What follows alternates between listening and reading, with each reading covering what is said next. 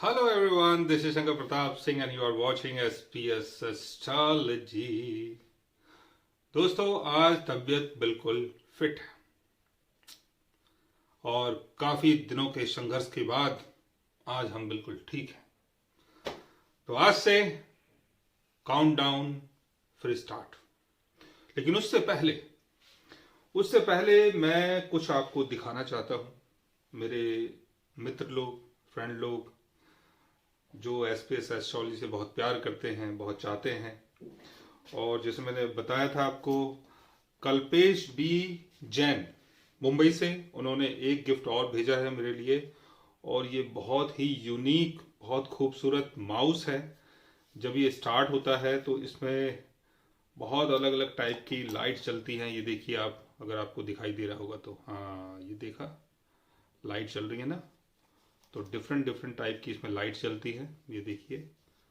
और जब आप इसको यूज़ करते हैं तो मल्टी लाइट्स, इसमें बहुत सारी लाइट्स हैं जो जलती हैं, और देखने में तो बहुत ही खूबसूरत है, बहुत यूनिक है और बहुत ज़्यादा कंफर्टेबल है। मतलब इसको जब आप यूज़ करते हैं तो ऐसा लगता है कि बस आप मक्खन के ऊपर बैठे हुए हैं और मक्खन के ऊपर बैठे बैठे आप कहीं जा रहे हैं, तो ऐसी फीलिंग आती है। और दूसरा जो गिफ्ट है वो हमें भेजा है राजीव जी ने। राजीव पिंचा जी ने ये गिफ्ट भेजा है ओरियो टी, और इनकी अपनी खुद की कंपनी है ओरियो की, और वेस्ट बंगाल एंड असम, सिलीगुड़ी, वहाँ पर इनके टी गार्डन्स हैं बहुत बड़े बड़े। और इनकी मेरे से 2-3 बार बात हो चुकी है। इन्होंने कंसल्टेंसी ली थी, तो राजीव जी ने बोला कि मैं आपको कुछ भेजना चाहता हूँ। तो इनकी कंपनी है ओरिगो टी, आप ज़रूर ट्राई करें। और ग्रीन टी बनाते हैं और भी वैसी टीज बनाते हैं अलग अलग टाइप की, तो आप यूज़ कर सकते हैं। राजीव जी की ये जो ओरिगो टी है बहुत ही टेस्टी है, बहुत अच्छी है, मैंने ट्राई किया है।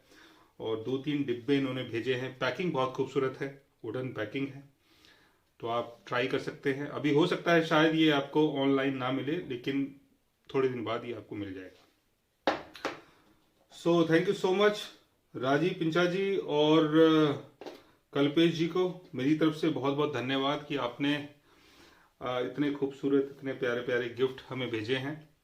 तो मैं उम्मीद करता हूँ कि आपका जो काम है, आपकी जो कंपनी है, वो आगे चल के काफ़ी सक्सेसफुल हो और काफ़ी आपको अच्छे अच्छे ऑर्डर्स आएँ और आप काफ़ी तरक्की करें। So thank you so much Rajeev ji और कल्पेश जी।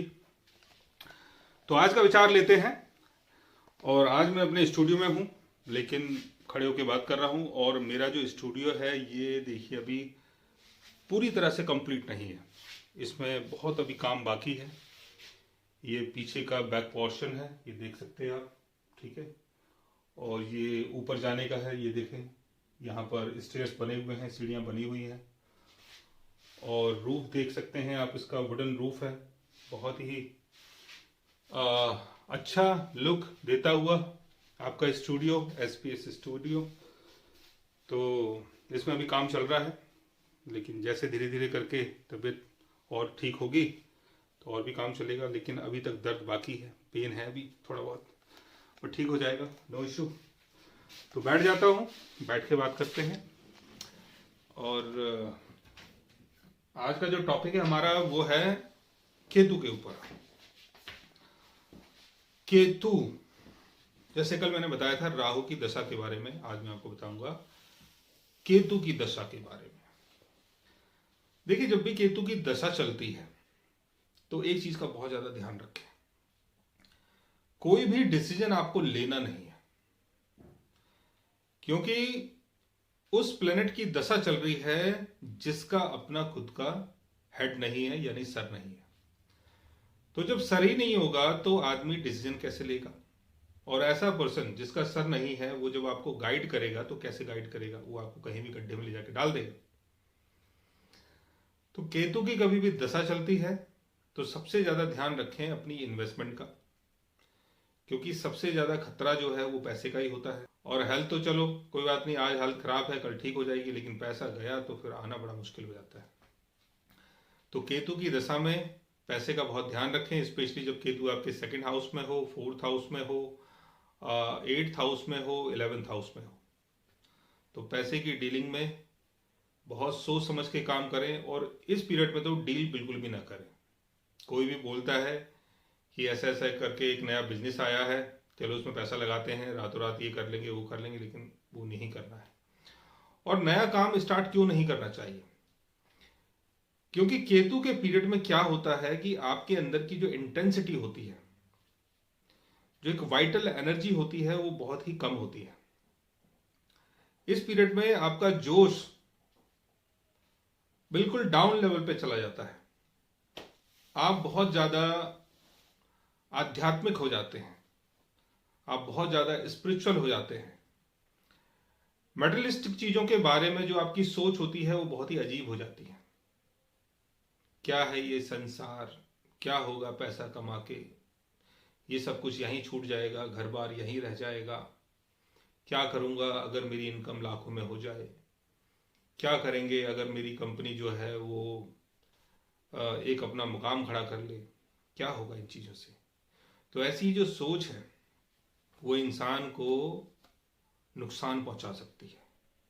तो इस पीरियड में अगर आप कोई नया बिजनेस स्टार्ट कर रहे हैं तो आपके अंदर का जो जोश है वो बहुत कम होगा। और बोला भी जाता है कि केतु की दशा में मेटलिस्टिक चीजों का गेन नहीं होता है, लेकिन हकीकत में ऐसा नहीं है। मेटलिस्टिक चीजों का गेन तो होता है, लेकिन वो जो गेन है वो पास्ट लाइफ के कारण होता है।